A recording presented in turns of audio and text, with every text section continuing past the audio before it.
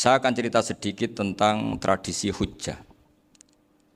Dulu ulama itu kelihatannya sederhana, tapi kalau berargumentasi itu hebat. Tadi Gus Zofur menyebut kitab Mbah Hasyim itu mengharamkan kentong. Beliau masyhur itu punya kitab namanya Al-Jasus an Tahrimin Nakus. Intinya kentong itu haram. Secara dalil ini meyakinkan sekali karena ketika Rasulullah rembukan sama sahabat, kita dengan apa memaklumatkan orang kalau waktu sholat masuk? Ada sahabat yang usul pakai kentong, dzakalin nasoro itu Nasrani. Ya pakai buk itu semacam trompet besar, dzakalil Yahud. Kemudian ada yang usul kalau gitu api ya Rasulullah, dzakalil Majus. Sehingga dari hadis itu Mbah Hasyim berpikir kentong itu haram. Tapi Mbah Fakih Mas Kumambang itu mengkritik Mbah Hasyim dengan ngarang kitab Hazur Ru'us an Tahrimin Nakus. Jadi beliau ngomentari kitab itu sambil geleng-geleng kepala. Kitab kok keliru nganti ngono itu. Jadi cara pikirannya siapa Ki Fakih. Kentong di Indonesia itu kanggo wedhus dicolong gitu. Pos kampling gitu. Kalau ada banjiran ya kentong, ada maling ya kentong. Jadi enggak ada persamaan sama sekali dengan kentong yang milik orang apa? Nasrani. Sehingga di pondok saya itu ada kentong tapi jelek sekali. Karena itu satu-satunya cara supaya beda dengan kentong yang di gereja. Kalau elek kan mirip kentong di pos kampling. Itu ya agak-agak ilmiah sedikit. Dulu ceritanya Gus Zofur itu saya teruskan. Itu singkat cerita, itu kalau yang di kejadian di Termas itu Mbah Dimyati sudah nyuruh semua kentong disembunyikan karena mau ada Mbah Hasyim.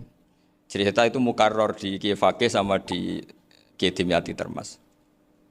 Setelah kentong dikumpulkan semua, Mbah Hasyim datang, senang, ngiranya Syekh Dimyati ini sependapat dengan beliau, yaitu sama-sama enggak ada kentong. Tapi setelah itu ada santri yang matur, Mbah Dim pun beres kentong pun kula delikno sedanten. Itu di depan Mbah Hasyim. Jadi GR-nya Mbah Hasyim bahwa Mbah Dim itu sependapat akhirnya hilang. Ternyata ini akal-akalan toh gitu. Karena santrinya matur, Mbah Dim pun beres sedanten kentong beduk sudah disingkirkan. Itu di depan Mbah Hasyim. Saking lugunya santri, nah saking ikhlasnya agak ngerti mahalus syahid ini adalah Mbah Hasyim. Saya mau meneruskan cerita Gus Zofur. Dulu, ini cerita dulu. Dulu Mbah Mun ngaji di Lirboyo, tapi Kiai Makhrus ngaji sama Kiai Khalil Harun. Kiai Khalil Harun itu adik juga sekaligus muridnya Mbah Umar Harun. Mbah Umar Harun itu generasi kedua setelah Mbah Ghazali. Beliau menantunya Mbah Ghazali, tapi ya sudah ponaan. Sehingga tradisi ini penting karena saya berkali-kali bilang di mana-mana. Status orang tua dan mbah itu adalah terserah anak cucunya. Bukan terserah mbahnya, tapi terserah anak cucunya. Saya tidak akan bosan mengingatkan ini. Saya pernah di makamnya Nabi Yakub, itu ya dikemuli bendera Israel. Di makamnya Nabi Dawud. Nabi Ibrahim juga dekat sinagog. Sehingga Quran membela Nabi Ibrahim disebut maka anak Ibrahimu Yahudiyya wala Nasraniyya. Karena ketika beliau berposisi di Israel, kemudian penguasanya adalah Yahudi, bisa saja makam ini ditulisi dan distatuskan ala Yahudi. Ya seperti Nabi Yakub. Nabi Yakub itu nabi yang kita yakin tentu berkeyakinan beliau orang baik, orang muslim, orang mukmin, tapi karena di desain mereka ya dikemuli bendera Israel. Dan disebut Abul Yahud. Karena kita tahu nama lain dari anaknya Nabi Yakub adalah Yahuda bin Yakub bin Ishak bin Ibrahim. Sehingga perasaannya orang Yahudi menjadi Yahudi itu yang ngikuti mbah-mbahnya. Nah khawatir saya ketika buyut-buyut kita kaya, buyut saya itu orang kaya dulu, namanya Mbah Durrahman. Itu kaya sekali, tanahnya banyak. Dulu cerita Mbah Hasyim ya kaya sekali, Mbah Maksum juga kaya, Mbah Abdul Aziz juga kaya. Karena dulu itu inginnya kiai itu yo ketok sugih lah, gak ngel-ngelo santri. Tapi nanti kalau cucu-cucunya sudah ndak alim, itu ndak dianggap punya tanah itu karena untuk fasilitas santri. Aku tak kedonyan, mbah-mbahku ya kedonyan. Buktinya tanah yombo. Karena dia akan menafsiri sesuai cara berpikir. Makanya sanad keilmuan yang diceritakan Gus Zofur itu harus diulang-ulang. Kalau nggak diulang-ulang, maka kita akan berpikir sendiri untuk menafsirkan masyayikhon al-kiram atau ajdadan al-kiram. Nah, ini yang bahaya, yang sering Quran mengingatkan. Jadi ada status yang disematkan oleh anak cucu kayak orang Yahuda tadi, Yahuda bin Yakub bin Ishak bin Ibrahim itu menstatuskan mbah-mbahnya yang bernama Ibrahim itu Yahudi. Sampai Quran sendiri yang bela makana Ibrahimu Yahudi wala Nasrani. Karena secara geografis sekarang Ibrahim di Israel dan otoritas itu juga milik mereka sehingga mereka bisa masang-masang atribut yang menunjukkan kalau itu Yahudi. Beberapa al-alim al-alamah yang minnah itu sudah wafat dan kadang-kadang dzurriyyahnya itu tidak kita. Kalau sekarang orang bahasakan kubu sebelah. Akhirnya ya nggak boleh dikholi, nggak boleh diziarahi. Terus seakan-akan yaqtaduna bi ra'yi, seakan-akan mereka berpendapat dengan pendapat syekh ini padahal enggak. Nah, sehingga tradisi ketersambungan sanad tadi baik secara genetik atau secara asbab itu harus terjaga. Saya beberapa kali banyaklah sering diceritain Mbah Mun. Dulu Mbah Munawir ini cerita ya, Mbah Munawir itu saking senenge kitab, ben santri ini so ngaji kitab. Itu kalau ada alumni Lirboyo, alim disuruh baca muin di sini itu Mbah Munawir ikut. Saking ingin tasjiknya, ingin ngajari santri bahwa ngapal Quran udah hafal tok, tapi yo paham. Dan penggalinya Mbah Munawir itu sampai klimaknya dulu Mbah Zaini itu nate nikah sama Nyai Komariah kalau nggak salah binti Karim, binti Manap. Punya putra Gus Habib, Gus Toha yang diantara putrinya dinikahi Gus Rozin ini. Terus akhirnya kesampaian juga ketika Mbah Munawir punya mantu alim alama namanya Mbah Ali Maksum, angsal Nyai Hasyimah. Sampai pondok Kramcak makruf bil ilmi, terutama ilmu sorof dulu karena Mbah Maksum itu komplain, fa'ala ya fulu kok terus fa'lan ya fa'ala ya fulu ya uf'ul gitu kan. Masuk fi'il kok jejer isim gitu. Jadi dulu kata Mbah Mun itu ada persaingan ilmu sorof, sorofnya Mbah Maksum Ali Kuaron sama Mbah Ali Maksum Jogja. Jadi wali antok yang satu Maksum Ali Kuaron, yang satu Ali Maksum. Ya itu dulu saingan ngarang sorof. Nah ini yang menang siapa? Ya terserah duriannya. Kalau duriannya keren ya menang karena terserah yang kampanye. Saya bayangkan adekan Mbah Zubair tidak punya anak sealim Mbah Mun, mungkin kalau Mbah Zubair juga tidak sewow kalau punya putra Mbah Mun. Karena saya berkali-kali bilang kalau dalam syair Arab itu kama takarroma, kadang dilafatkan kama tasyarrofa bi Muhammadin adnanu. Orang berpikir Adnan itu siapa? Itu karena ada Nabi Muhammad SAW. Orang mencari-cari Mbah Mun itu mencari Mbah Zubair karena ada Mbah Mun. Orang mencari Mbah Dahlan karena ada Mbah Zubair. Wong kok alime ngono iku bapake sapa? Wong kok alime ngono iku putune sapa? Tapi kalau kita ini sudah ndak alim, ini orang sudah enggak tertarik nyari-nyari leluhurnya karena dianggap selesai. Jadi yang dengan tanda kutip yang menghabisi mbah-mbahnya itu ya mesti cucunya. Ini mau ngamuk, mau peringatan, tapi ini juga peringatan pada diri saya sendiri. Jadi sehingga dzurriyyah ini penting. Kenapa para nabi mesti donga dzurriyyatan thayyibah? Kenapa selalu berpikir tentang dzurriyyah? Wa ja'alaha kalimatam baqiyatan fi aqibi. Karena dzurriyyah ini yang nanti bisa menstatuskan leluhurnya.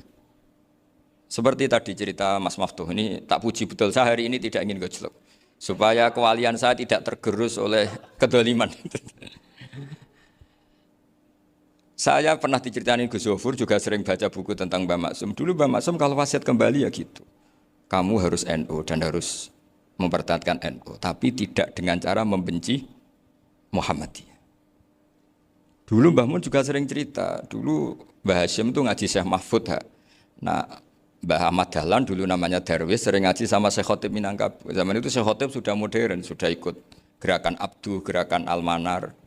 Sehingga bawaannya Mbah Ahmad Dahlan ini agak agresif. Yang Mbah Hashim karena hanya mulazim di Syekh Mahfud, hanya sesekali ngaji Syekh Khotib, beliau lebih seperti itu. Dan dua beliau ini sama-sama pernah ngaji Mbah Soleh Darat di Semarang. Mbah Hashim sama Mbah Ahmad Dahlan yang dulu namanya Darwis. Jadi ini masih min muskatin wahidah mimam bain wahid. Sehingga kita tidak kaget ketika Mbah Ali Maksum mengomentari Muhammadiyah itu masih ahli sunnah wal jamaah. Makanya nanti terakhir saya baca kitabnya Mbah Ali dan sering saya pelajari. Andai kan kita ini sepakat dengan ilmu, ya kita tahulah. Kalau Abu Hanifah itu tidak kunut, Imam Syafi'i kunut, berarti kunut itu mazhabnya Abu Hanifah, bukan mazhabnya Mbah Ahmad Dahlan. Apa tidak kunut itu mazhabnya Abu Hanifah, bukan mazhabnya Mbah Ahmad Dahlan. Kita kunut itu mazhabnya Imam Syafi'i, bukan mazhabnya Mbah Hashim. Ini semuanya masih dalam bingkai ilmu. Adzan qabla subhi juga riwayatnya jelas. Tidak adzan ya sudah perilaku kita sudah jelas. Dulu Mbah Mun sering didik kita gitu. Saya sering dengar cerita kalau dulu Pak Arif Fakhruddin begitu hormat sama Mbah Ali, apalagi duriahnya Mbah Azhar Basir, karena beliau dulu do ngaji di Termas. Dulu itu enggak ada masalah karena semuanya dianalisis pakai ilmu. Tapi sekarang pakai identitas, yang kunut tuh NU, yang enggak kunut Muhammadiyah. Berarti Abu Hanifah itu Muhammadiyah, Imam Syafi'i itu NU. Berarti Imam Syafi'i itu ya anak buahnya Ki Miftahul Ahyar kira-kira gitu karena anak buahnya Pak Said Akil. Kan terus jadi repot. Dulu kita ini pengagum ilmu, bukan pengagum perbedaan. Sehingga di sini yang saya kagum dari sekian ceritanya Mbah Ali Maksum, supaya kitab ini to the point, supaya nggak lama-lama karena waktunya juga. Nanti kalau kemalaman ini kena semprit ini sudah. Ini diantara yang diceritakan Bali itu unik. Imam Syafi'i itu sering tawassul, sering wasilah sama siapa itu? Abu Hanifah. Ini sudah tak petakan, saya baca yang sensitif lah, so yang ini ya. Ziyar al-Babus Samin, terus sebentar ini yang bab tawassul.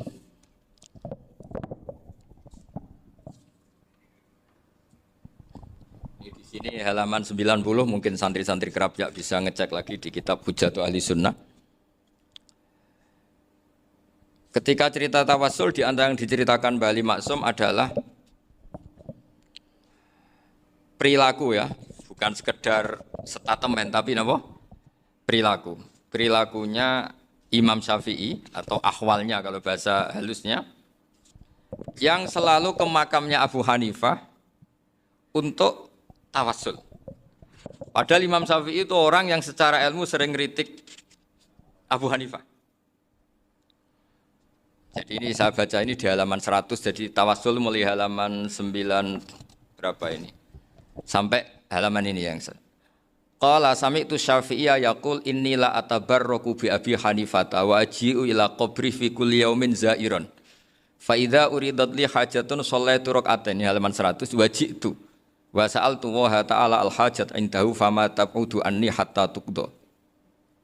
Kana al-Imam Syafi'i ayyama huwa bi Baghdad yatawassalu bil Imam Abi Hanifah yaji'u ila dorihi fayusallimu alaihi wa yatawassalu ila Allah bihi fi qada'i hajati. Terus wa yatawassalu al-Imam Ahmad bi Imamina Syafi'i.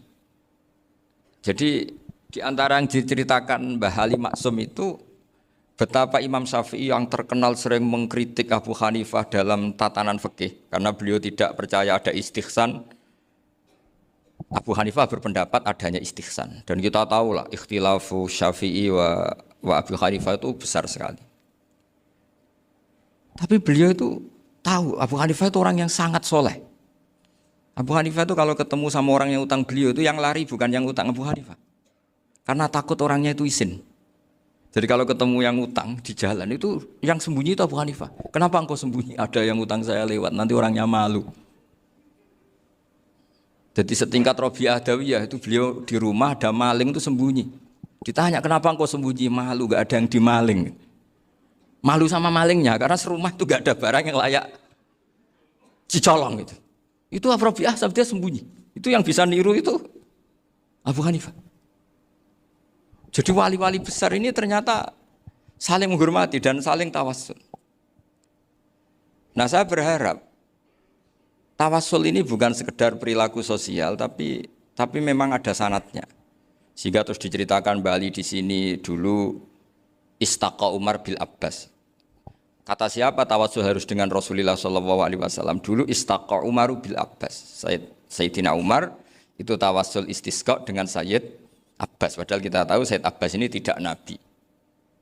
Terus beliau cerita sampai Imam Syafi'i tawassul sama Abi Hanifah. Sehingga enggak ada perdebatan, itu kan Umar. Kalau Umar kan ada jaminan boleh diikuti karena beliau sahabat. Bali cerita tentang Imam Syafi'i yang tawassul dengan Abu Hanifah. Seargumentatif itu. Sehingga ada cerita dalam sebuah tafsir. Ya, saya ulang lagi, ada cerita di sebuah tafsir. Kenapa Nabi Musa ditanya Allah, wa matilka biyaminika ya Musa? Ma'ana wa ta'ala a'lam. Tentu Allah sangat tahu yang dibawa Musa itu apa. Karena Allah tahu Nabi Musa itu grogi. Orang dipanggil Wali Maksum pasti grogi, santri dipanggil Mbah Mun pasti grogi. Kenangan saya setiap dipanggil Mbah Mun ya mesti tanya, yang ringan-ringan, wis sarapan ha. Arung sarapan ya sarapan. Pas sarapan ya kan tanduk mangan sing enak wong santri ora tau mangan enak. Ya enggak pernah ngomong yang penting, ngendikan yang penting. Nah, karena Nabi Musa ini grogi, ini sebagian tafsir. Itu ditanya yang ringan, "Sakowe iku nggawa apa?" Karena pertanyaannya ringan, Nabi Musa juga ringan. Ya Nabi Musa itu sampai lali, iku pangeran sing ya'lamu sirra wa akhfa. Diterangno. Niki tongkat Gusti. Gunane kathah Gusti tongkat iki. Qala ya asaya atawakkau 'alaiha wa ahusyu biha 'ala ghanami wal ya fiha ma'arifu ukhra. Oh, tongkat Gusti niki penting Gusti. Nggih nak. Nggih macam-macam lah Gusti. Atawakkau 'alaiha wa ahusyu biha 'ala ghanami kangge menghalo kambal. Masih terangno terakhir dan yang lain-lain Gusti. Wal ya fiha ma'arifu ukhra. Sehingga akhirnya rileks. Karena Nabi Musa terus ngerti.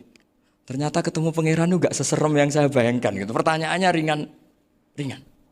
Itu ada ilmunya. Tapi cerita ini yang versi tafsir ini tidak yang seperti di Manaqibul Ghazali. Di beberapa kitab tentang Manaqibul Ghazali diceritakan di alam roh Nabi Muhammad SAW itu yubahi bi ummati, saking yubahinya sampai ngendikan ulama ummati ka anbiya Bani Israel. Ulama umatku itu pinternya atau statusnya itu mirip-mirip lah. Kaf itu ya mirip-mirip lah, mirip-mirip kayak ulamanya nabinya Bani Israel. Akhirnya Nabi Musa itu tersinggung sekali. Bagaimana mungkin ulama disamakan dengan apa? Nabi. Sehebat-hebatnya ulama itu kan tidak akan yabluhu darajatan nubuwah atau yartaqi ila darajatin nubuwah. Itu akhirnya ya kalau kamu nggak percaya panggil.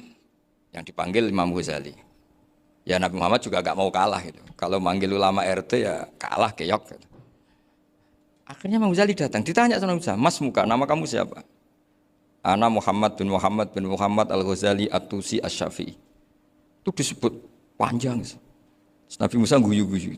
Kamu lama kok ngomong yang enggak penting. Ditanya namanya kok penjelasannya sepanjang itu. Dianggap itu satu kesalahan. Masa tanyanya nama kok ditanya. Jawabnya Muhammad bin Muhammad Al-Ghazali At-Tusi Asy-Syafi'i. Kepanjangan itu.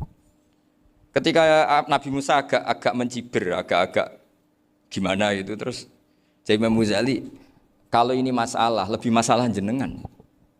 Apa itu? Yang tanya jenengan tuh Allah ya'lamu sirra wa akhfa. Dan Allah hanya tanya wa ma tilka biyaminika ya Musa. Harusnya jenengan jawab asoya titik, bukan kepanjangan. Atawakkau 'alaiha wa syubha itu kepanjangan. Allah tanya yang di bawah kamu itu apa? Yang di tangan kamu. Harusnya jawabnya hanya asoya. Tapi kenapa penjelasannya sepanjang itu? Sampai terakhir waliya fiha ma'arifu ukhra. Terus pinter tenan kayak gitu. Terus ada Nabi Musa terus bilang, ya pinter tenan aja gitu. Padahal kita tidak pernah GR seperti itu kan kebetulan Imam Ghazali gitu. Kalau yang lain mungkin ya keok lah kira-kira gitu. Tapi ini cerita dalam khazanah keilmuan. Benar yang dikatakan Gus Zofur. Saya termasuk orang yang pernah mondok Lirboyo Pasanan. Jadi setelah saya disuruh nemani Gus Kamil, tahun berikutnya Gus jenengan disuruh. Pokoknya anakku mbah sak wulan lah kudu tahu mondok Lirboyo. Piye aku tahu ngaji Wakarim. Terus yang disuruh mbaturi Gus Kamil itu saya. Jadi saya pernah 1 bulan tuh di Lirboyo. Karena saya ini santri beling ya, kontraknya pokoknya penting ziarah Bakarim. Ya saya enggak pernah ngaji ya, pokoknya gerbar ngisa. Ziarah ya sudah.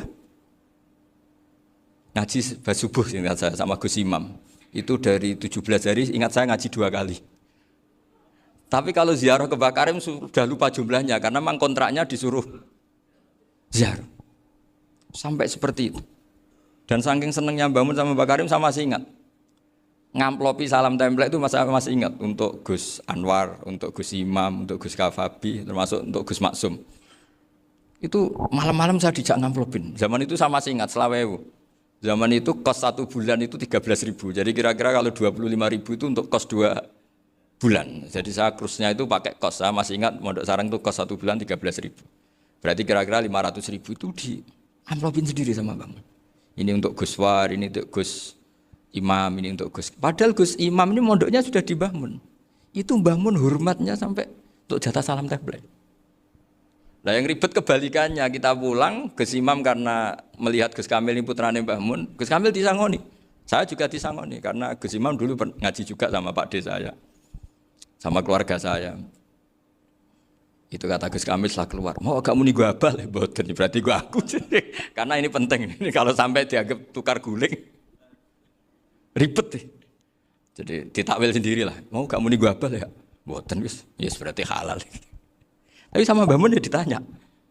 Ditanyanya bukan apa karena untuk meneruskan tradisi bahwa kalau kiai ketemu itu ya saling memberi hadiah, saling itu sudah faqaddimu baina adena juwakum apa? Sedekah. Sehingga ketika Krapyak ini punya Bali Maksum alim alama, kemudian melahirkan murid-murid yang juga ibar kayak Mbak Warsun bisa ngarang apa Kamus Al-Munawwir, Pak Bik juga punya karangan Kamus Al-Mu'asir. Saya itu punya semua. Karena ini adalah buah dari bahwa kita ini tidak kalah sama produk-produk yang di sana. Bahwa produk di kita ini sudah cukup untuk mengantarkan orang menjadi alim alama. Dulu Mbak Zubair ke Mekah ya sudah alim alama. Gus Zufur ke Al-Azhar sudah alim semua. Teman-teman kita ke Mekah itu sudah alim semua. Padahal produk mondoknya ya tadi. Mau digojlok kiai ini, terus mangkel be keamanan biasanya itu. Biasanya musuh besar pondok itu keamanan.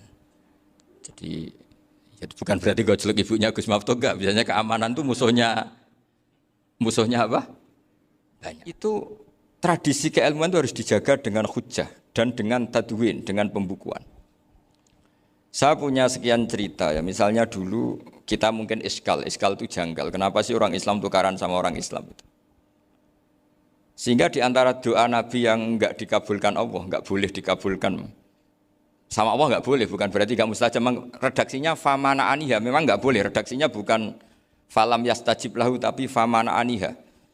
Di Al-Marrah As-Salisa ini Nabi dilarang, yaitu melarang umat Islam itu jangan sampai tukaran sama umat Islam sendiri.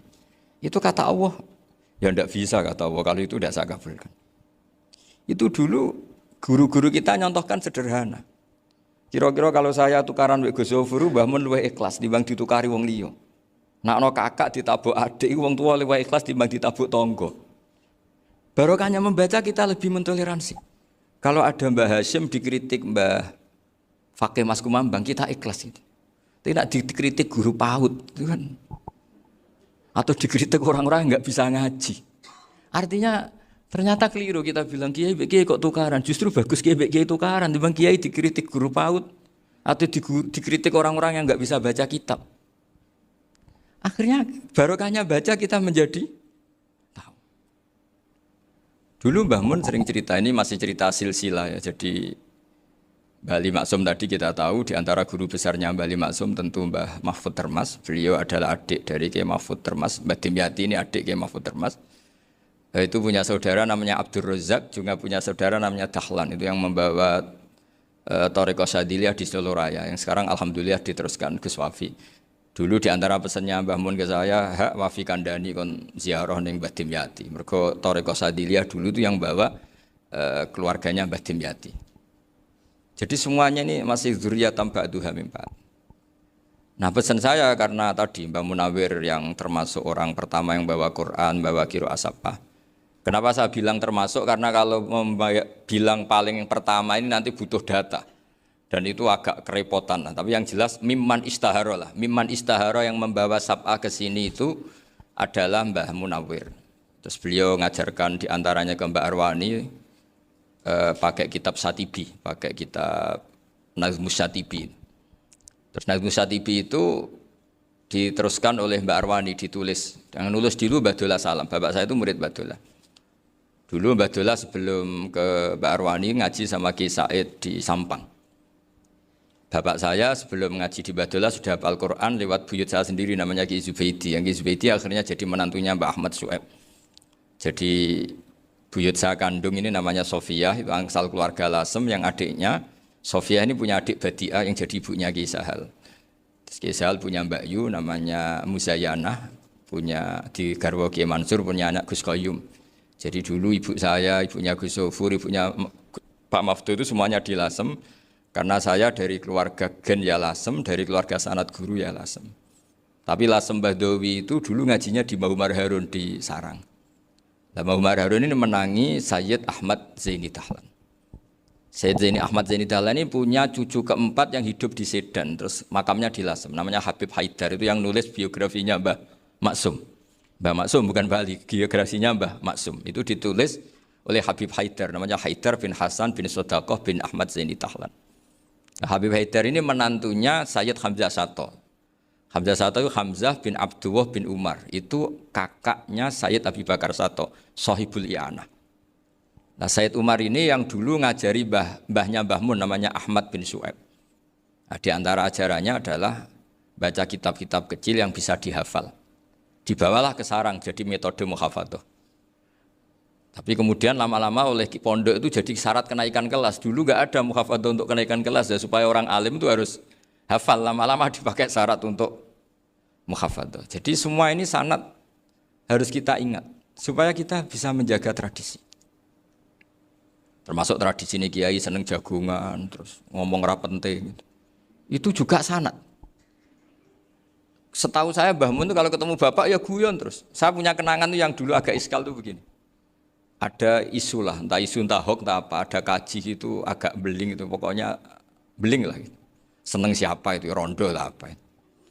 Pokoknya beling gitu. Ketika Mbah Mun dilaporin tamu kalau kaji itu beling sama rondo itu. Mbah Mun tanyanya lucu. Lho ayu no cung. Wahyu banget Mbah. Wahyu. Itu bapak juga bakas ayu nih. Dulu saya sekali ini kiai kok bakas wong ayu, bakas budine barang lah kira-kira gitu. Tapi setelah saya tambah alim, tambah ngerti itu, kata bapak gini, ya apik bakas ayu hak, timbang iya, no malah qauzaf. Ternyata seni. Sekali Mbah Mun atau bapak bilang, kaji kok zino, kaji, maka larinya ke qauzaf. Maka menghindari bahasa menuduh, ngomong yang nggak penting. Loh ayu no. Jadi kiai dulu tuh orang sok suci tapi menghindari hal-hal yang jadi punya seni untuk ngelola kehidupan. Orang bermalam-malam jagungan sama teman asik itu kan perlawanan terhadap nafsu kita, syahwat kita untuk mungkin nikmati dugem di bar atau di tempat-tempat maksiat. Itu setan di Indonesia tuh kakuati sama Kiai Jawa. Orang supaya tidak tertarik maksiat itu Kiai Jawa cukup ketemu kancane masak terong guyon, gejolok-gejolokan zaman mondok, sewengi lulus sangka maksiat. Bar wis tutup. Perlawanannya sederhana, enggak pakai tahajud, enggak pakai wiridan karena Kiai Jawa juga koyoke rapati potongan ahli ibadah gitu. Jagungan gitu. Jadi setahu saya itu pernah lihat Bali itu sekali ketika beliau ngisi ceramah di Mbah Hamid Bedowi. Saya masih kecil diajak bapak. Dulu kalau bapak ngelihat Bali sama Mbah Hamid itu mesti nangis. Karena dua orang alim bertemu. Yang akhirnya ya bisanan itu. Mbah Hamid punya anak Gus Nasih, di sini ada Mbah Nafisa, terus jadi Mbak Salih Hindun itu. Jadi dulu itu ya guyon terus ketika ketemu. Itu yang sering bodoni Mbah Hamid itu ya Ki Bisri. Ki Bisri itu kalau datang ke Ki Hamid Pasuruan, nak wali tenan aku teko ditatakno mangan. Jadi ukurannya ya. Ternyata sampai sana dikeimangan tenan.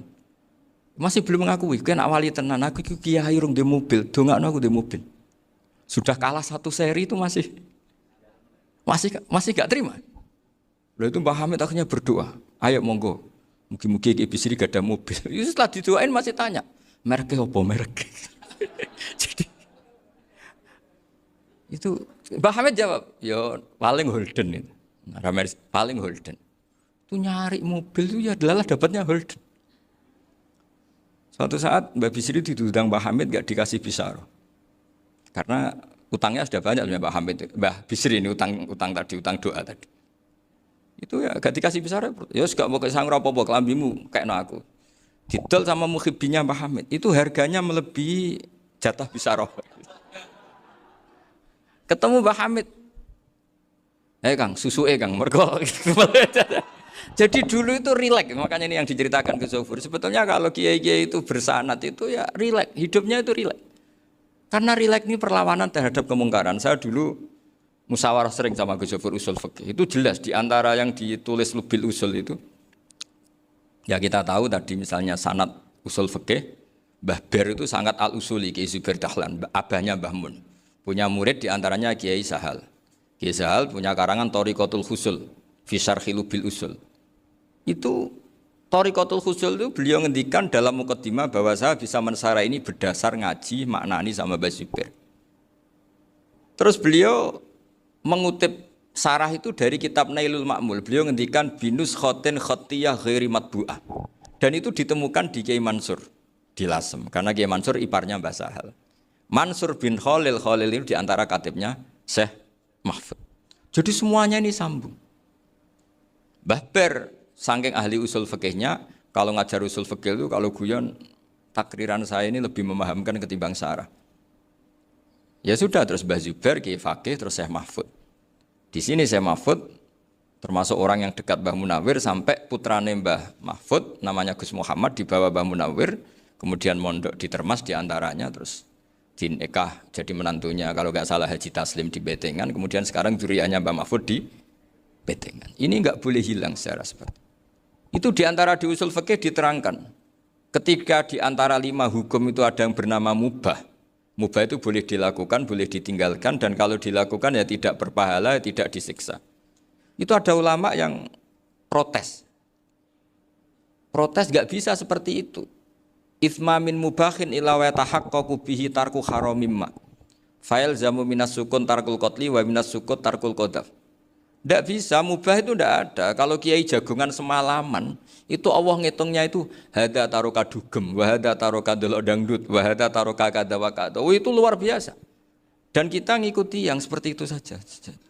Gak usah tahajud, gak usah witir telulas kaya ora kuat timbang gremeng wis. Sewengi jagungan, setan ngenteni kita tergoda maksiat, ternyata maksiatnya sampai tutup, kiainya masih apa? Jagungan. Jadi jagungan saja ada ilmunya bahwa itu perlawanan terhadap tarkul ma'asi. Sehingga bagaimana Anda katakan mubah ini mubah, toh gunanya adalah tarkul haram. Meskipun efek mubah juga bisa tarkul wajib, wae bojo blonjo turu. Ya kan wayang rumah ibuke turu. Itu halal wajib. Jadi mubah itu resikonya ya bisa tarkul wajib, bisa tarkul haram. Sehingga kalau sanad ini terjaga secara baik, secara kultur, saya sering juga saguan sama Gus Yofur, itu mesti tak niati gitu. Jagungan wong alim kuwi ibadah dan menikmati ibadah adalah dabul auliya wa dabul ulama. Kata Imam Ghazali, pada akhirnya waqud buhadatin al-istilzat bil mubahat. Kata Imam Ghazali, pada akhirnya qutbu hadaddin, madaru hadaddin, pokok dari agama ini adalah melawan kemaksiatan dengan kita menikmati al-istilzat bil mubah. Kita menikmati sesuatu yang dibolehkan Allah Subhanahu wa taala. Dan seperti ini itu bisa qasmu dhuhri syaitan, bisa menghancurkan punggungnya setan. Karena kalau melawan setan dengan ibadah ini kadang kita capek selain isra potongan. Tapi nak kangkang ning komplek H gitu jagungan mbek kancane, ngenang melarate, mbok ngenang ras sekolah ramunggah, kenangan sing ramunggah diarani istiqomah. Gitu kan diarani tulus zaman, kok sing munggah dianggap kesusu. Saya ini punya pondok Quran, kalau ada yang hafal 3 tahun mesti digojlok kancane, gak apik kesusu itu. Kesusu itu mesti tidak barokah karena tergesa-gesa apa? Hatam. Sehingga yang enggak hatam-hatam itu kayak partai mayoritas. Ini yang partai tulis zaman katanya. Ahlus sabri katanya. Akhirnya di pondok gara-gara itu mau guyon, tapi enggak ada stigmasi yang saya enggak naik. Di pondok sarang itu saya punya teman itu banyak yang sekelas dengan saya, sekelas sama Gus Kamil, akhirnya sekelas dengan Gus Sofur. Padahal saya ini kakak kelas. Saya temannya, Gus Kamil temannya Gus Sofur. Ini anak ini enggak pernah naik. Itu enggak dicibir di pondok. Karena guyonan tadi. Guyonan bahwa ini bagian dari bentuk apa? Istiqomah. Nanti yang goblok juga tenang. Karena kiainya cerita, kadang santri goblok ya barokah. Di sini pondok akeh santri ora tau sinau ning omah dadi kiai gede. Selalu kiainya tuh cerita seperti itu. Akhirnya sing goblok ya bangga dengan kegoblokannya. Iya, jadi kiai itu orang yang meskipun guyon ini barokahnya Masya Allah. Dan setahu saya kiai-kiai alim itu ya senengannya guyon, karena tadi guyon itu luar biasa. Bapak saya itu kalau pesan sama saya itu enak ngaji is guyon nice. Wong ning omah mikir utang, mikir wedi bojo macam-macam kok ngaji mbok jak nangis pisan, nangis ping pindho gitu. Sudah jak guyon ae. Paling gak lali gitu. Dan beliau punya dalil kul bi fadlillah bi rahmati fa bidzalika falyafrah. Jadi jangan sampai orang ini farah bil maksiat, jangan sampai orang itu. Dan ini yang saya kenang dari sekian cerita murid Bali. Mbah Ali Maksum ya senangane guyon. Gejol-gejolkan mbek santri guyon. Ini saya maklumatkan ke semua santri beliau bahwa ini bukan sekedar guyon, tapi al-istilzat bil mubahat. Ini adalah perlawanan terhadap setan karena banyak orang bisa senang tuh kalau nunggu maksiat. Ini bisa senang dengan sesuatu yang tidak maksiat. Itu kayak apa hebatnya? Makanya Nabi itu kalau ketemu sahabat ya sering ngendikan yang ringan-ringan. Ya Umar ma'afalan duher jong mano piye ijek. Kalau ketemu anak kecil ya. Nanti ketemu yang tua-tua yang sudah nggak bisa mikir, ya tetap cerita-cerita. Saya mohon sekali murid-murid kerap ya, jangan hanya ngaji fikih. Kalau hanya ngaji fikih itu posisi Abu Hanifah itu seakan-akan nyun sewu orang yang sangat tidak ahli hadis. Karena beliau di situ kelihatan kalah sekali dengan Imam Syafi'i. Apalagi di perdebatannya Muhammad bin Hasan Asy-Syaibani dengan Imam Syafi'i itu kelihatan sekali betapa Abu Hanifah itu orang yang nyun sewu ditinggalkan dalam ilmu hadis. Sampai beliau hanya dapat gelar min ulama ahli ra'yi, termasuk ulama yang kuat logikanya. Juga harus baca kitab-kitab seperti ini. Ternyata di balik Imam Syafi'i mukhalif pada beliau di bab-bab fikih, perilakunya sangat hormat. Sampai beliau itu kalau tawassul ke kuburannya Abu Hanifah. Dan beliau ngendikan an-nasu fil fiqhi iyalun ala Abu Hanifah. Semua orang yang ahli fikih itu masih anak buahnya Abu Hanifah. Saya berkali-kali cerita, mazhab Syafi'i itu alatut tadhir hanya dua, yaitu alma wa turab. Abu Hanifah nambahi wanar. Alasannya Abu Hanifah, orang mukmin yang dosanya banyak itu dibakar di neraka, dan alasannya Allah litadhirihim, untuk mensucikan mereka. Sehingga pikirannya Abu Hanifah, an-nar itu min alatit tadhir. Apa yang terjadi ketika bata itu batu bata yang dibakar, di situ campur teletong, campur apa-apa, itu kalau sudah mazhab Abu Hanifah selesai, sudah suci. Karena sudah ngelewatin pembakar. Meskipun kita tidak akan kalau kehilangan air terus wudu dengan api, bisa bunyak semua itu. Tapi apapun itu menjadi solusi. Sehingga saya punya kitab namanya Ikhtilafu Malik, Ikhtilafu Malik wa Abu Hanifah atau Ikhtilafu Syafi'i ma Abu Hanifah. Itu kelihatan sekali kalau Abu Hanifah itu nyuruh posisinya kalah. Karena yang ngarang orang-orang Syafi'i. Tapi kalau melihat kitab-kitab kewalian, misalnya di kitab Mizan Kubro ini juga sering disebut kisah itu Mbak Ali Maksum tentang Imam Sa'roni. Berkali-kali beliau mengutip Mizan Kubro. Itu Abu Hanifah adalah orang yang sangat mukasyafah. Artinya ketika Nabi cerita air wudu itu menjatuhkan dosa, tidak ada air wudu yang jatuh ke kamu kecuali saat itu juga dosa kamu jatuh. Itu beliau datang ke Madharota Kufah. Kemudian beliau bilang sama si orang tua tadi, tub anizina. Orangnya terus bilang atubu minazina. Ada lagi pemuda datang dibilangin tub an ukuki walideka. Terus bilang tub tu an ukuki walidayya. Sampai yang terakhir ada tub an simai alatilahwi atau an samai alatilahwi. Terus tub tu an samai. Ketika orang itu ditanya, kenapa engkau begitu tahu dosanya apa? Saya tahu air wudhu ini menjatuhkan apa. Jadi kira-kira kalau zina mungkin ya batang babi lah. Kalau hanya sekedar melihat bak-bak mungkin ya curut atau tikus lah kira-kira gitu. Nak dulu sediluk ya mungkin ya tikusnya cilik gitu. Nak dulu suwi ya tikus werok itu atau apalah. Pokoknya beliau itu tahu. Tapi anehnya Abu Hanifah apa? Setelah itu dia nangis minta mukasafahnya ditutup. Ya Allah, saya ini mukasafah kok malah menjadi tahu sawatil mukmin. Padahal aturan syariat jenengan man satara musliman satarahu, bahwa enggak baik melihat jeleknya orang mukmin. Minta ditutup. Makanya saya ini bangga ada mukasafah. Makom yang kita sampai sekarang itu makom setelah Abu Hanifah mukasafah. Jadi Abu Hanifah repot-repot mukasafah, minta makomnya ditutup tidak menjadi mukasafah. Dan alhamdulillah kita sudah tidak mukasafah sebelum minta ditutup. Jadi kita ini keren. Keren karena aturannya itu man satara musliman satara huwa, yang tidak tahu aibnya orang muslim maka Allah akan nutupi aibnya di akhirat. Dan kita alhamdulillah barokahnya tidak mukasafah, tidak ngerti aibnya orang mukmin. Jadi kita harus pakai patokan ilmu. Saya ulang lagi, kita harus pakai patokan. Makanya saya tahu betul ketika Kiai Hamid Pasuruan, beliau dulu ngaji Jamul Jame, ngaji Juman, Bali Maksum di sana sama Gus Habib, sama Gus Muhammad bin Mahfud. Termasuk mbah saya kandung dulu Kiai Sidik. Mbah saya yang dari itu juga ngaji di Termas. Bapak saya dulu Kiai Nur Salim ngaji di Buyut Baiti. Dulu itu kawin juga sederhana, kayak cerita Gus Zofur. Jadi bapak saya kandung itu Kiai Nur Salim itu ngaji di Mbah Baiti. Mbah Baiti itu adik kandungnya buyutnya saya dari ibu. Nah Mbah Baiti itu teman akrabnya mbah saya namanya Kiai Nur Sam, Mbah Nur Sam. Singkat cerita terus Nur Kiai Jorabi arah Tarabekno itu. Setelah bapak saya ke Badullah mau ditawarin jadi mantu, kata bapak saya kula pun dipek mantu Mbah Baiti. Akhirnya dapat ibu saya itu. Karena ibu saya itu cucu Mbah Bedi, cucu lambung. Jadi mbahnya ibu saya itu Mbak Yunya Mbah Bedi. Namanya Mbak Sofia tadi yang dapat Mbak Idris itu. Yang Mbak Idris ini bin Umar. Ya Umar, Mbak Umar yang mbahnya Mbah Hamid. Hamid bin Abdul bin Umar. Kalau bahasa itu Fatimah binti Idris bin Umar. Dulu kecilnya Mbak Idris namanya Abdul Khalik.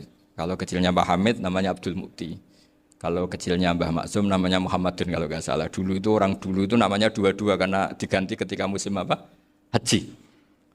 Jadi ini terjaga.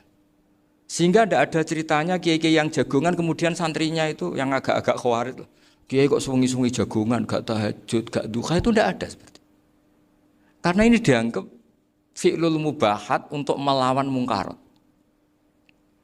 Jadi sehingga di kitab Ihya diterangkan, kamu jangan ngira orang-orang soleh ketika jagongan itu min ahlil bitolah wa takasul. Itu orang-orang yang pemalas itu enggak. Tapi mereka bisa mengasyiki Allah. Bahwa dalam jagongan ketemu teman ya asik, gejol-gejolkan sama Pak Maftuh ya asik. Dan keasikan ini bentuk perlawanan terhadap keasikan harus dengan maksiat. Itu kayak apa kalau kita ngaji sampai seperti itu. Termasuk tadi yang diceritakan Pak Maftuh kitab Hunyah. Semoga beliau cerita juga pernah belajar. Saya pernah belajar kitab Hunyah khatam. Itu diantara yang diceritakan Syabdul Qadir Al-Jilani tadi kata beliau Al-Jilani dipakai Jim Al-Jilani. Ini agak beda dengan kita. Mbah Zubair itu punya kitab namanya Al-Qolaid Al-Uluiyah. Beliau menfatwakan nama-nama ajam itu kamu bebas. Ajamiyun fasna bihi masyita. Sehingga kita kalau punya kiai harus mau qolal ustukhri. Sehingga mau qolal istukhri. Tirmidzi juga nasibnya sama. Qolat rawahut Tirmidziyu. Sehingga rawahut Turmudziyu. Yang satu rawahut Tarmidhiyu. Ya karena kita keluarganya Tarmidhi apa enggak gitu. Makanya kata Mbah Mun sama masih ingat. Kata cerita Gus Zofur tadi adabnya Gus Zofur itu cerita tentang keluarga ibunya. Padahal keluarga ibunya juga orang-orang soleh yang luar biasa. Itu kata Mbah Mun, kowe roh jenenge Imam Bukhari tahu ya. Jenenge sapa? Saya nyebut Muhammad bin Ismail bin Ibrahim bin Mughirah bin Bardasbah. Lah iya Bardasbah mbok waca Bardisbah yo. Lah cara kene mbok Parmin mbok Parlan ngono. Jadi Bardisbah mbok Bardasbah iku cara kene yo Parmin mbok. Iku rak Mbah Fadl Senori dadi kabeh diwaca Arab. Jenenge Mbah Umar Harun. Dhisik yo wong Sarang Mbah Harun mbok kira nang yo ora roh wong dhisik yo wong kuno. Jadi kalau versi Mbah Fadl termasuk yang pertama bikin nasab Mbah Maksum itu tulisannya Mbah Fadl yang dikutip Habib Haidar tadi. Ya saya seperti Gus Zofur juga mencari-cari hubungan ulama-ulama di Jawa. Itu Mbah Mun itu kalau bicara ya mbahku ono sing jenenge Kiai Serut. Kalau ditulisannya Mbah Fadl itu Syaraf. Jadi Mbah Fadl itu fanatik orang-orang alim itu ditulis Arab, kalau Mbah Mun itu Jawa. Dulu itu ada wali seto di daerah saya. Dulu orang ya janggal, ternyata ada sato itu kesamaan di Arabnya itu. Sehingga kiai-kiai itu ada fanatik Tirmidzi, Turmudi, Tarmidzi, Jilani, Jailani karena ajamiyun fasna bihi masyita. Jadi kalau nama-nama ajam semonggo lah baca sekenanya sementing. Cuma mungkin tahqiqnya benar Pak Maftuh tadi memang di Mu'jamul Buldan itu Al-Jilani bikasri jim ya sudah kita baca Al-Jilani.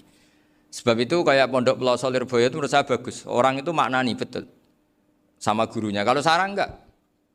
Kalau Pondok Lirboyo, pondok yang tadi ternyata keluarga Mbah Munawir sini pernah bisanan yaitu Mbah Zaini pernah nikah sama Nyai Komariah ya kalau nggak salah, punya putra Gus Habib ya, Pak Toha dan sebagainya.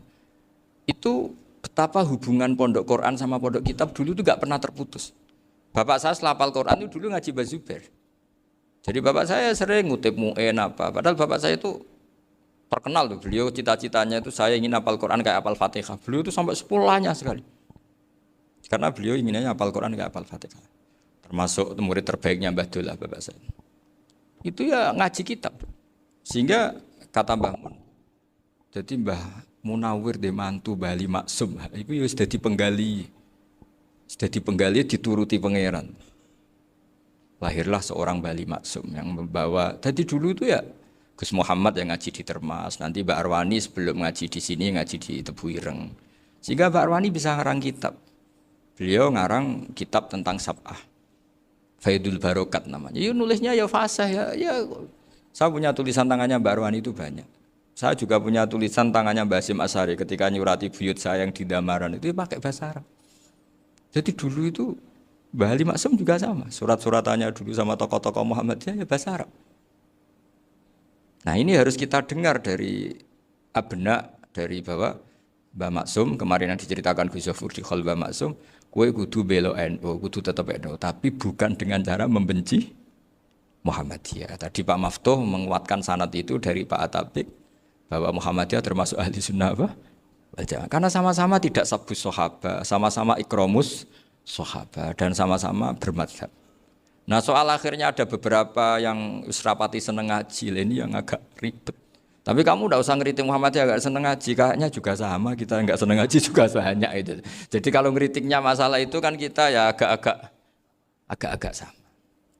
Ya jadi ternyata di sini, terus ini yang terakhir supaya nggak lama-lama, Bali juga punya sisi keras sekali. Jadi dalam hal-hal yang khas ini di halaman 87 itu keras sekali. Beliau ngendikan wahal bi jununun hatta usdira amri lil mu'minin alla yazuru rasulahum.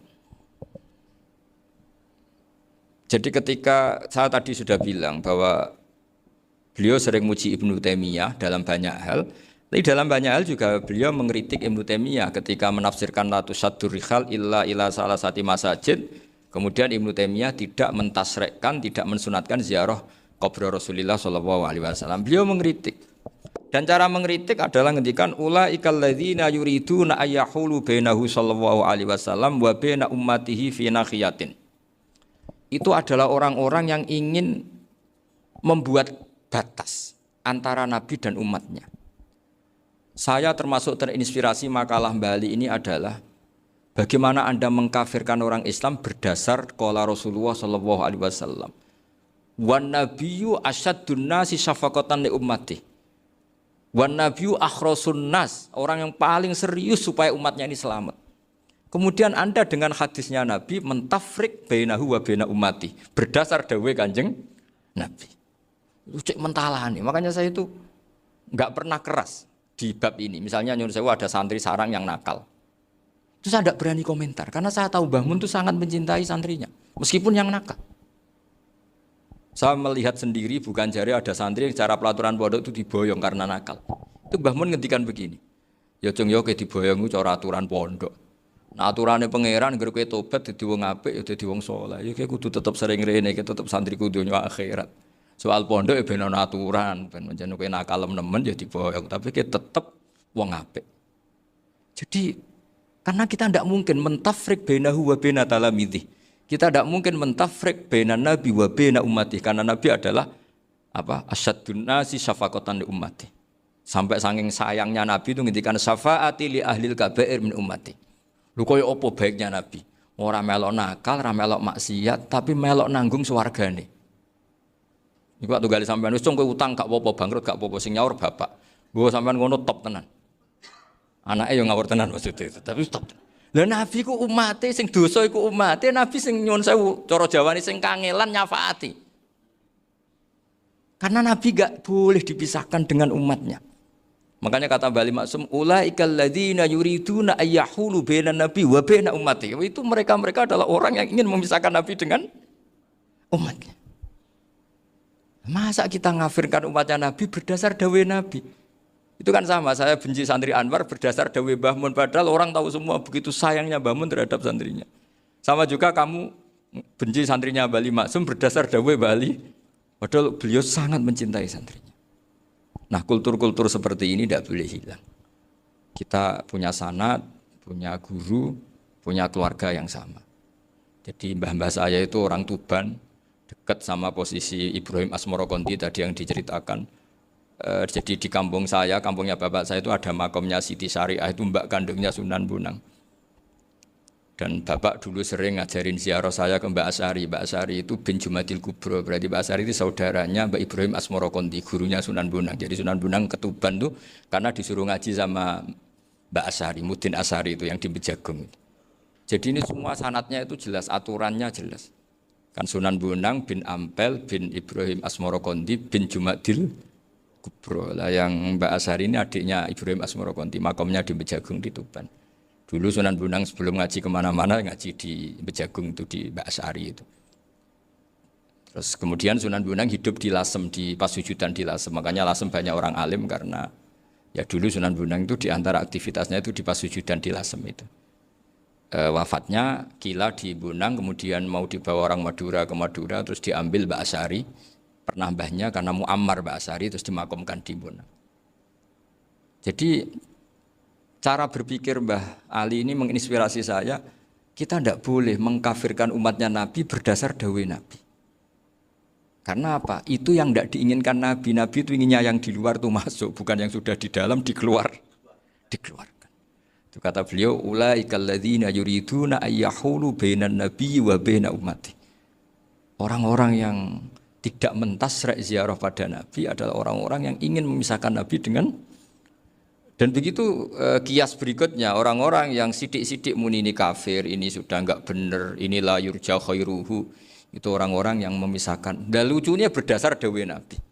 Makanya semua kalau sampai ngaji Mizan Kubro, ini kitab yang sering dikutip Bali Maksum, ketika Nabi ngintikan laisa minna man ghasyana, laisa minna man latomal hudud wa syaqqal juyub bada'a bid'awal jahiliyah, laisa minna min tilkal khoslah. Semua ulama mentafsiri laisa minna fi tilkal khoslah, bahwa dalam hal itu Islam tidak bertanggung jawab. Masa menipu berdasar dibolehkan Islam kan tidak mungkin.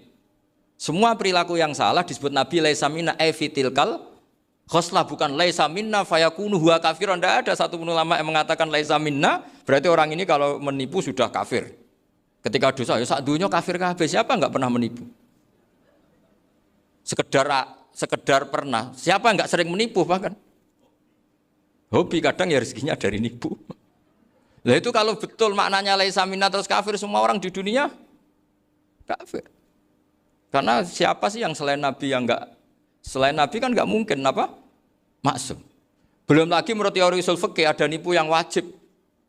Ya kan, misalnya kita orang baik ketemu orang dolim yang memburu perempuan mau diperkosa terus bersembunyi yang kita tahu.